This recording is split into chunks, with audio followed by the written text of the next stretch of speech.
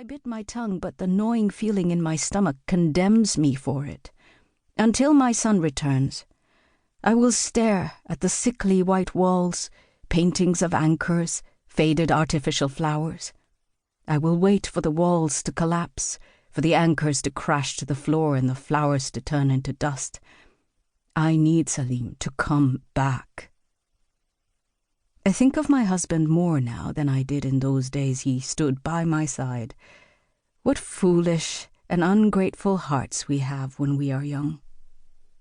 I wait for the doorknob to turn, for my son to enter, boasting that he's done for our family what I could not. I would give anything for him not to risk as much as he does. But I have nothing to barter for such a naive wish. All I have is spread before me. 2 innocent souls, lightly stirring in their own troubled dreams. I can touch them still, I remind myself. Salim will return, God willing, and we will be as close to complete as we can hope to be. One day we will not look over our shoulders in fear, or sleep on borrowed land with one eye open, or shudder at the sight of a uniform. One day we will have a place to call home. I will carry these children, my husband's children, as far as I can, and pray that we will reach that place, where in the quiet of their slumber, I too will rest. Part 1. Chapter 1. Fereiba. My fate was sealed in blood on the day of my birth.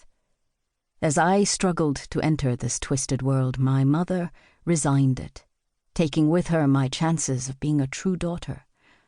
The midwife sliced through the cord and released my mother from any further obligation to me. Her body paled, while mine pinked. Her breaths ceased as I learned to cry. I was cleaned off, wrapped in a blanket, and brought out to meet my father, now a widower, thanks to me. He fell to his knees. The color leached from his face. Father John told me himself that it was 3 days before he could bring himself to hold the daughter who had taken his wife. I wish I couldn't imagine what thoughts had crossed his mind, but I can. I'm fairly certain that had he been given the choice, he would have chosen my mother over me. My father did his best, but he wasn't built for the task.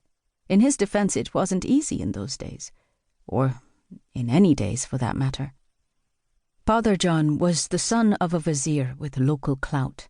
People in town turned to my grandfather for counsel, mediation, and loans. My grandfather, Bobajan, was even-tempered, resolute, and sagacious. He made decisions easily and didn't waver in the face of dissent. I don't know if he was always right, but he spoke with such conviction that people believed he was. Soon after he was married, Bobajan had come upon a substantial amount of land through a clever trade. The fruits of this land fed and housed generations of our family. My grandmother, Bibijan, who died 2 years before my tragic birth, had given him 4 sons, my father being the youngest. Her 4 sons had all grown up, enjoying the privilege their father had secured for them. The family was respected in town, and each of my uncles had married well, inheriting a portion of the land on which they each started their own families.